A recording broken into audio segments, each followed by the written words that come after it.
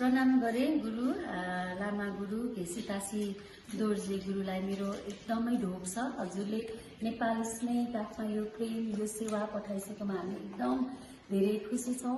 हजुरको आशिष नै हाम्रो लागि अतुलनीय सेवा हो। त्यसमाथि हजुरको यो साक्षात भौतिक जीवनलाई चाहिने खाना पठाइसकेको छ, त्यसको लागि एकदम धेरै आभार प्रकट गर्दछु। हजुरको आशिष सधैँ नेपाली स्नेहकाठमा भइराखोस्।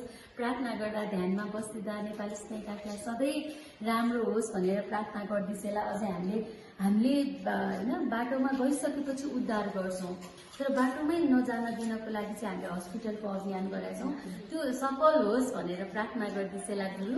हजुरको आशिष सदा सर्वदा नेपाली स्नेहकाठमा भयो भने हामी सधैँ मुस्कुराउन पाउँछौं र यो ब्युटिफुल र एकदम एडोरेबल यो पूजनीय सेवाको लागि हामी धेरै धेरै नमन गर्छौं हजुरलाई। Thank you so much.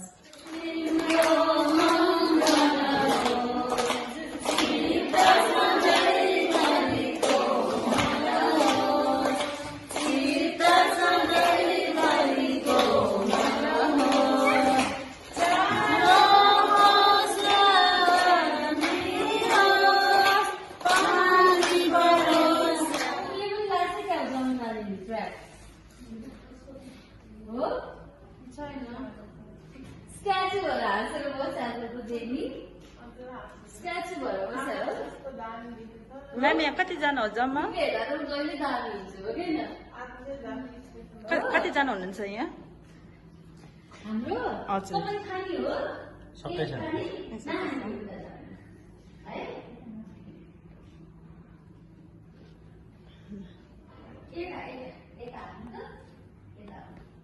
भात खानु भएको छैन? भात छैन